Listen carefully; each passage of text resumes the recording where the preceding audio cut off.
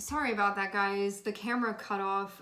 What I was saying is that given what's going on, this can feel like something kind of disastrous that culminates. But at the same time, it can feel like this was exactly what needed to happen in order for things to change. And there can be hope within that change of things to become better and to function better, to be more functional and to feel like, okay, this is sustainable and this actually works and it feels balanced for everybody that's involved, rather than something that feels dysfunctional and then continuing to do that and feeling like this doesn't work, this doesn't work, this doesn't work. It feels like this is a big enough thing that now there can be maybe some real change and it can allow for it to be better for everybody involved in this. But yeah, when this happens, it can be something that discourages you. Like, you can be here doing this and be like, there's a part of me that like doesn't feel this right now.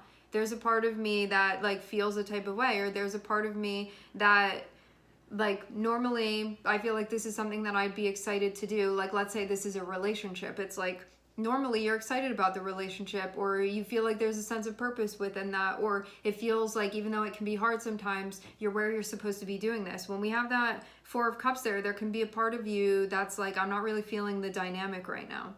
I'm not really feeling being on the path with this person right now. And I think also too, working with that part of yourself that may immediately want to like avoid doing the work here.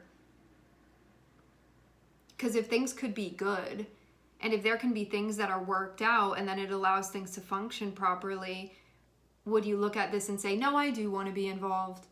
And I think also like working with that part of yourself that's like, you have something going on, it can feel upsetting, it can feel disruptive, it can feel annoying, you can feel upset, it can feel confusing, there can be a lot of things happening. How do you still work through that? Like, how do you still show up when there can be a part of you that kind of wants to like drift off into the ether and not have to deal with this?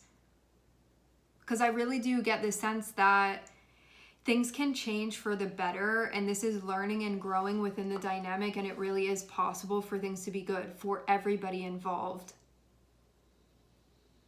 And so how do you still work within that, even when you feel like arms crossed, kind of like, I don't want to right now?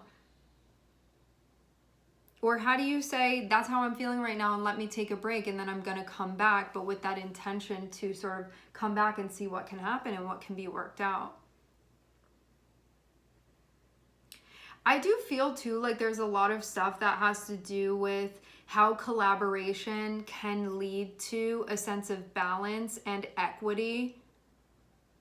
And it may not feel always like the most natural thing here, but it can be worked on and it can really be achieved. It is possible.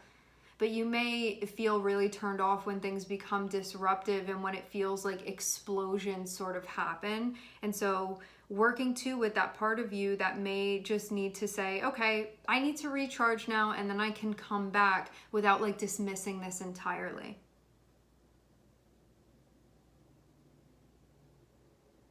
Because I really do believe that it's possible for you to achieve what you want to achieve here within the dynamic, and that things really can be functional. These are just things that have to be worked with in order to achieve that, in order to make that happen. These are the processes that we must go through. The work that needs to be put in.